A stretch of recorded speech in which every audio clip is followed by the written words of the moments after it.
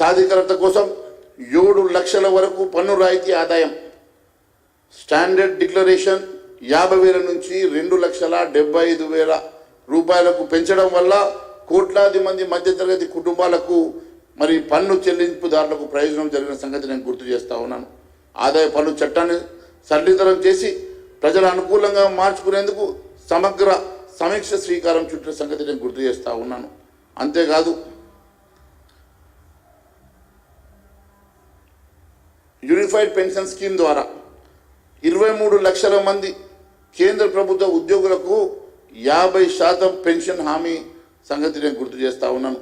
అన్నిటికన్నా ముఖ్యంగా ఈరోజు 70 ఏళ్ళు వయసు దాటిన వారికి అందరికీ కూడా 5 లక్షల రూపాయల హెల్త్ కార్డుల ద్వారా ఆధార్ కార్డుతో సంబంధం లేకుండా 70 సంవత్సరాలు దాటిన ప్రతి మహిళకు, ప్రతి పురుషులకు, 70 సంవత్సరాలు దాటిన ప్రతి ఒక్కరికి కూడా దీని ద్వారా సీనియర్ సిటిజన్లకు 6 కోట్ల మందికి 5 లక్షల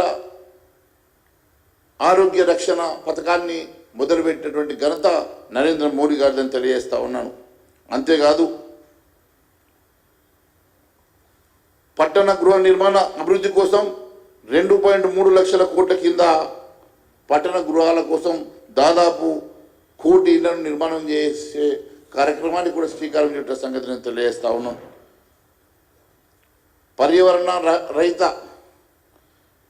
పర్యావరణ హితమైన రవాణా వ్యవస్థను రూపొందించడానికి ఎలక్ట్రికల్ బస్సుల్ని 3,400 కోట్లతోటి ఎలక్ట్రికల్ బస్సుని కూడా మరి కొనుగోలు చేసే సంగతి, తద్వారా ఈకో సిస్టాన్ని డెవలప్ చేయడానికి మరి నరేంద్ర మోడీ గారు తీసుకున్నటువంటి చర్యల్ని నేను ఒక్కసారి అభినందిస్తూ ఉన్నాను.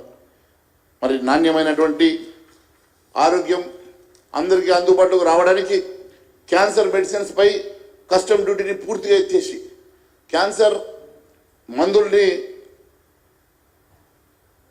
ఇంపోర్ట్ చేయడం వల్ల, దాని మీద కస్టమ్ డ్యూటీ ఎత్తేయడం వల్ల తక్కువ ధరకే క్యాన్సర్ మెడిసిన్ రోగులకు అందుబాటులో వచ్చే విధంగా కేంద్ర ప్రభుత్వం నిర్ణయం తీసుకోవడం వెనుక కొన్ని లక్షల మంది క్యాన్సర్ రోగులకు దీనివల్ల లబ్ధి జరుగుతున్న సంగతిని తెలియజేస్తున్నాను. వైద్య రంగం అభివృద్ధి కోసం 50,000 కోట్లు రీసెర్చ్కు కేటాయించినటువంటి ఘనత కూడా నరేంద్ర మోడీ గారితో తెలియజేస్తూ ఉన్నాను. యువతలో క్రీడలు ప్రోత్సహించేందుకు కీర్తి అనే కార్యక్రమాన్ని తీసుకొచ్చిన సంగతి నేను గుర్తు చేస్తూ ఉన్నాను. మొట్టమొదటిసారిగా మత్స్య శాఖను ప్రత్యేక మంత్రిత్వ శాఖను ఏర్పాటు చేసి మత్స్యకార శాఖను కూడా దానికి ప్రత్యేకమైనటువంటి దృష్టి పెట్టే సంగతిని తెలియజేస్తూ ఉన్నాను. వరల్డ్ మ్యానుఫ్యాక్చర్ హబ్ దిశగా భారతదేశాన్ని ముందుకు వెళ్తోంది. అందులో భాగంగా 12 ఇండస్ట్రీస్ స్మార్ట్ సిటీ అనౌన్స్ చేశారు. దాంట్లో హుజూరాబాద్, జైరాబాద్ స్మార్ట్ సిటీ లిస్టులో ఉన్న సంగతి నేను గుర్తు చేస్తూ ఉన్నాను. దాంతో అక్కడ 74 లక్షల మందికి ఉపాధి కలుగుతుందని చెప్పి 74,000 మందికి ఉపాధి కలుగుతుందని చెప్పేసి నేను తెలియజేస్తూ ఉన్నాను. అంతేకాకుండా ఇన్ఫ్రాస్ట్రక్చర్ కోసం 3 లక్షల కోట్లు కేటాయించి రోడ్స్, రైల్వేస్ కోసం 3 లక్షల రూపాయలు కేటాయించినటువంటి ఘనత కేంద్ర ప్రభుత్వాన్ని తెలియజేస్తాను. కొత్తగా 8 రైల్వే లైన్లను ప్రారంభించి తెలంగాణలో కూడా ఒక రైల్వే లైన్ని మరి ఆదిలాబాద్ నుంచి పటాన్చెరు వరకు రైల్వే లైన్ని కూడా కేటాయించిన సంగతి నేను తెలియజేస్తూ ఉన్నాను. ఎలక్ట్రికల్ వెహికల్స్ కొనుగోలు కానీ కొత్తగా 10 వందే భారత్ రైళ్లను కానీ ప్రారంభించి దాంట్లో ఒకటి తెలంగాణకు కూడా మరి కేటాయించిన సంగతి నేను గుర్తు చేస్తూ ఉన్నాను. అన్నిటికన్నా ఉద్యోగంతో